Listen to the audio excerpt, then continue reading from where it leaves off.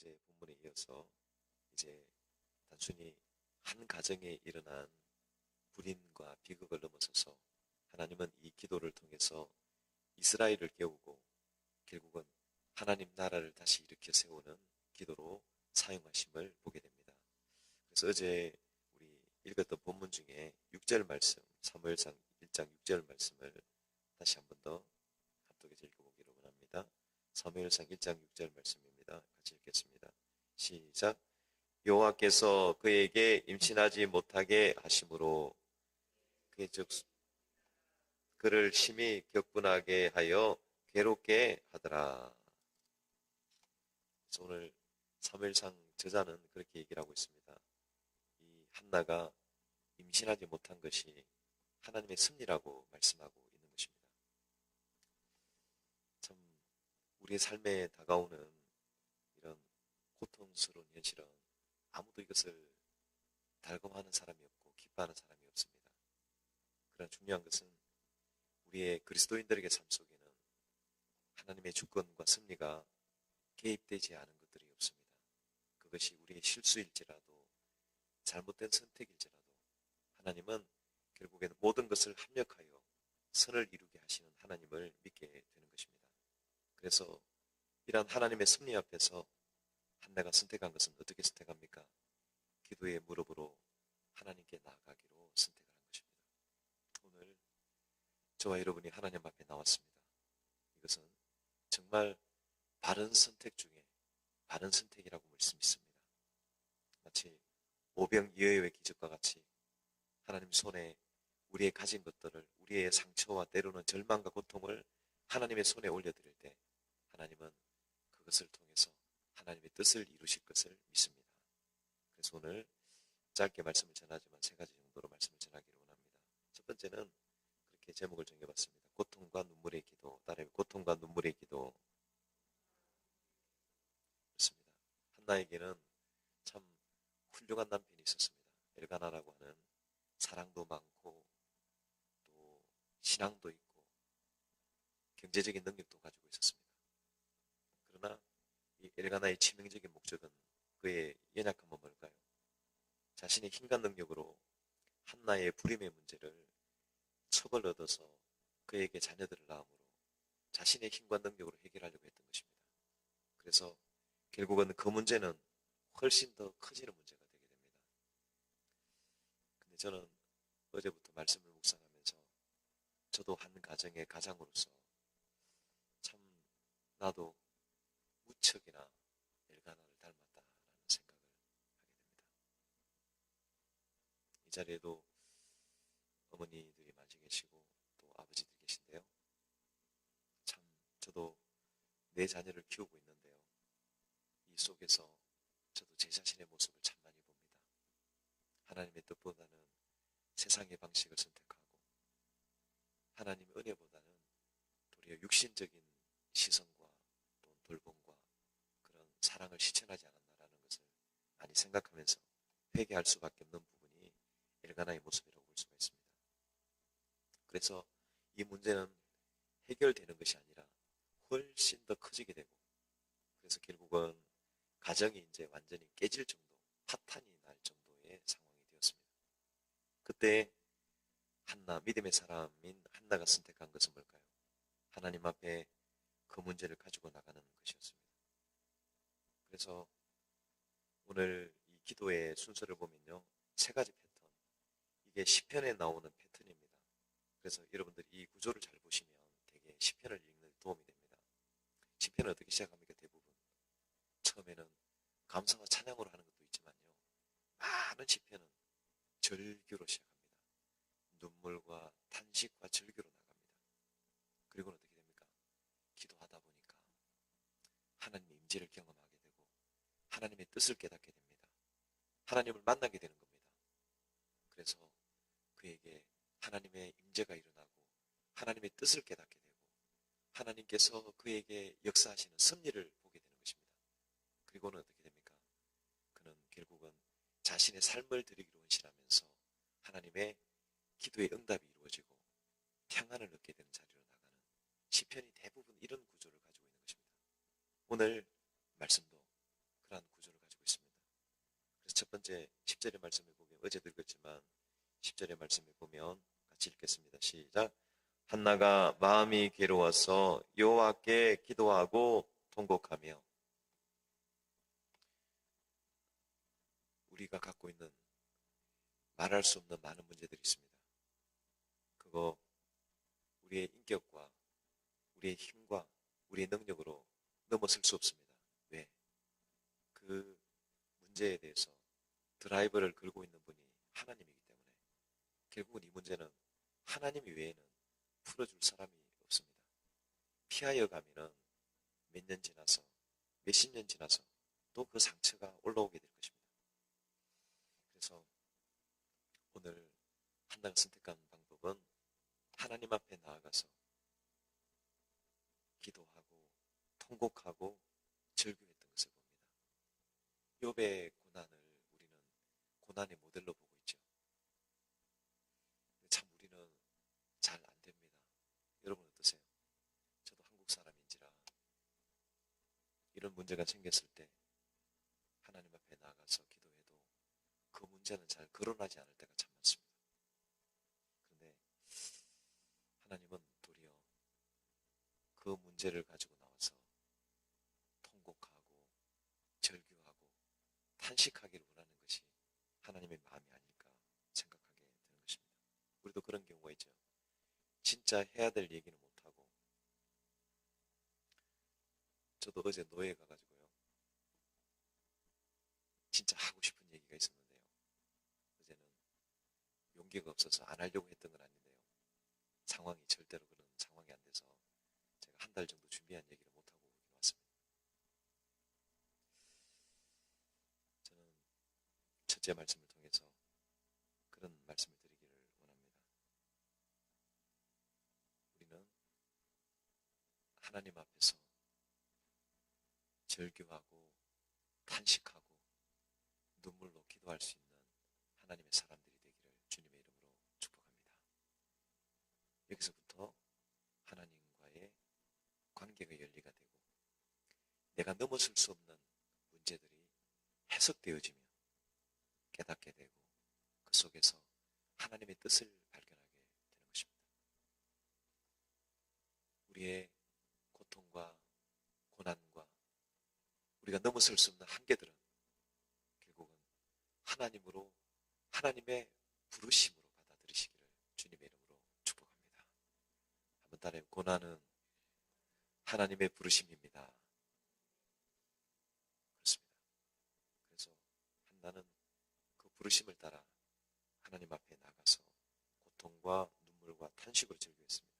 그래서 오늘 두 번째 말씀은 간구와 헌신의 기도라고 말씀을 드리기를 원합니다. 11절 말씀을 같이 읽어보겠습니다. 11절 말씀 시작. 선하여 이르되 만군의 여호와여 만일 주의 여종의 고통을 돌보시고 나를 기억하사 주의 여종을 잊지 아니하시고 주의 여종에게 아들을 주시면 내가 그의 평생에 그를 여호와께 드리고 삭도를 그의 머리에 대지 아니하겠나이다. 아멘. 우리가 어떻습니까? 예수를 믿어도 목사가 되고 전사가 되고 강도사가 되고 아니면 장로, 권사, 집사가 돼도 재직이 되어도 어떻습니까? 하나님의 주권을 인정하는 게 쉽지가 않습니다. 시식으로는 찬송을 부를 때는 내 것이 아니라고 얘기를 하는데요. 바로 돌아서는 순간부터 다 내 겁니다. 그래서 하나님은 옛날에도 제가 자꾸 비유하는데요. 꼬마가 아니면 우리 교회 제일 막내인 누굽니까? 보라가 사탕을 먹고 있어요. 사탕을 먹고 있는 그 보라에게 목사님 한 입 주면 안 되겠니?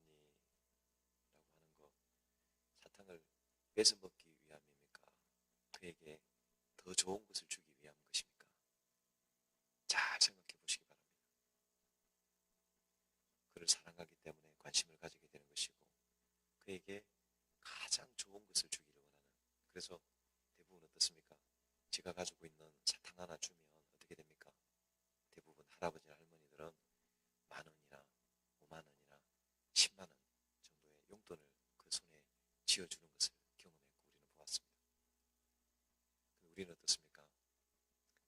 쥐고 있는 사탕 하나를 안 뺏기려고 하는 겁니다. 내 거라고. 그래서 그걸 하나님께 맡기지 못하는 겁니다. 오늘 한나는 통곡하면서 깨달은 겁니다. 뭘 깨달았을까요? 자식이 없는 것도. 하나님이 자식을 주시더라도 없어도 있어도 다 하나님 것임을 깨닫게 된 것이죠. 그래서 그는 두 가지 기도를 합니다. 첫째는 소원을 얘기합니다. 간구죠. 아들을 달라고 기도합니다. 그런데 곧 이어서 아들을 하나님을 위해서 드리겠다고 말을 하게 되는 것입니다. 뭐가 바뀐 것일까요? 주인이 바뀐 것입니다. 기도의 자리에 오기 전에 절규하고 통곡하기 전에는 그가 주인이 되고 주체가 되었다면 이 기도를 통해서 그는 바뀐 게 뭘까요? 하나님의 주권을 인정하게 되고 그렇구나. 아들이 없는 것도 아들이 있는 것도 저와 여러분이 간절하게 구하는 것들이 있을 것입니다. 그게 응답되었습니다. 그러면 그것을 하나님이 안 쓰면요 아무것도 아닙니다. 그래서 우리는 하나님 앞에 나와서 절규와 통곡과 부르짖는 기도를 통해서 이루어지는 일이 뭘까요? 하나님을 만나게 되고 하나님의 주권을 인정하게 되면서 우리는 나실이, 그래서 뭐라고 말합니까? 내게 아들을 주시면 하나님 앞에서 그의 아들을 드리겠다고 전적인 헌신자로 내어드리는 것을 말하는 것입니다. 저와 여러분에게 우리 내 것이라고 그것이 유독 물질만 아니면 재능이나 자녀들뿐만 아닙니다.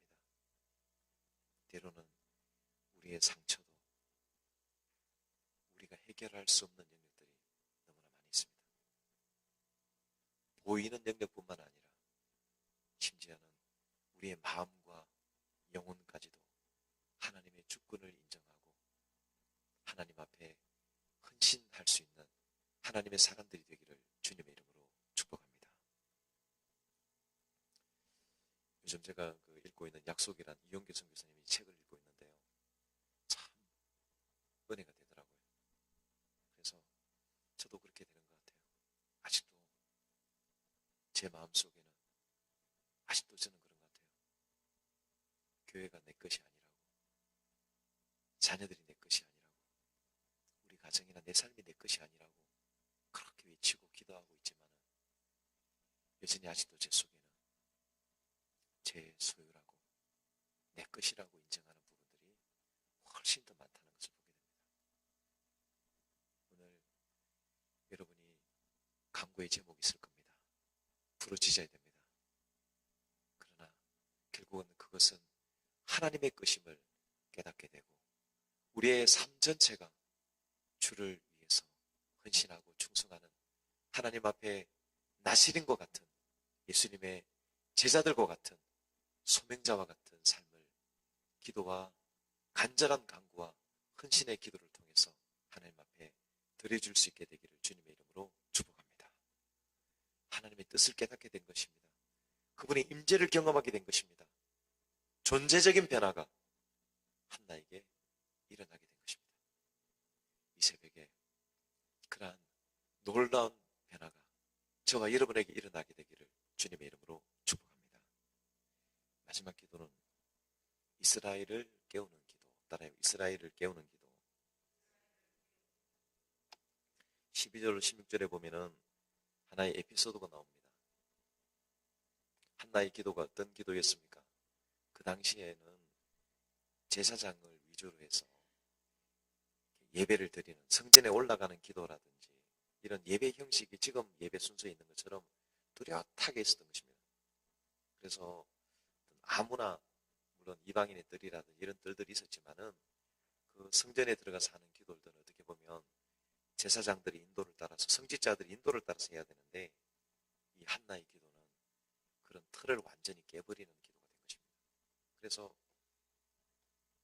엘리가 볼 때는 그런 틀을 깨고 기도하다 보니까 혼자 나가서 제사가 끝난 이후에 혼자 통곡으로 기도하다가 침묵으로 기도하는 이런 그 당시에 기도의 틀을 깨버리다 보니까 이 엘리의 입장에서는 이 사람이 술이 취한 것으로 오해할 수밖에 없는 상황이 벌어진 것입니다. 그런데 하나님은 이 에피소드를 통해서 새로운 일을 하시는 것입니다. 어떤 일이 일어납니까? 엘리 제사장과, 그렇죠, 그 당시에 일반 제사장과 일반 평민들이 아니면은 백성들이 만나서 인격적인 교제를 한다는 것은 쉽지 않은 시대였던 것을 봅니다. 그런데 이 에피소드를, 오해라는 에피소드를 통해서 제사장과, 우리는 엘리가 하나님 앞에 그렇게 충성스러운 종은 아니었다는 것을 깨닫게 됩니다. 알고 있습니다. 그럼에도 불구하고 하나님은 엘리를 통해서 일하시는 장면을 봅니다. 그래서 엘리를 통해서 어떤 일이 일어납니까? 17절 18절 말씀을 읽겠습니다. 시작. 엘리가 대답하여 이르되 평안히 가라. 이스라엘의 하나님이 내게 간기도하여 구한 것을 허락하시기를 원하노라 하니 이르되 당신의 여종이 당신께 은혜 있기를 원하나이다 하고 가서 먹고 얼굴에 다시는 근심빛이 없더라. 이 한나의 기도는요, 처음에는 자신의 기도, 자신의 가정의 기도밖에 안 됐습니다. 그런데 어떻게 되는 겁니까? 마치 제자들이 물고기 2마리와 떡 5개를 예수님의 손에 올려드릴 때 그 떡과 물고기는 수만 명을 먹이는 축복의 통로가 된 것처럼 한나의 기도가 가정의 기도, 개인의 탄식 기도에서 어떻게 되는 겁니까? 엘리라는 제사장을 통해서 그것이 하나님 나라의 기도로 바뀌며 온 이스라엘의 기도로 바뀌며 하나님께서 놀라운 섭리를 가지신 하나님 나라의 간구와 기도와 절기로 바뀌게 되는 것을 보게 됩니다. 오늘 여러분들이 개인적으로 기도할 수 있습니다. 그런데 여러분들이 그 기도 제목을 냅니다. 그 기도 제목을 목사님께 이야기를 합니다. 동역자들에게 이야기합니다. 이것은 어떤 효과가 있느냐? 개인의 기도를 넘어서는 예수님의 일이 되는 것이고 예수님 손에 올려드린 거잖아요. 믿음으로. 그리고 그 기도 제목을 내는 것은 이것은 곧 하나님 나라의 일이라는 것을 깨닫게 되는 것입니다.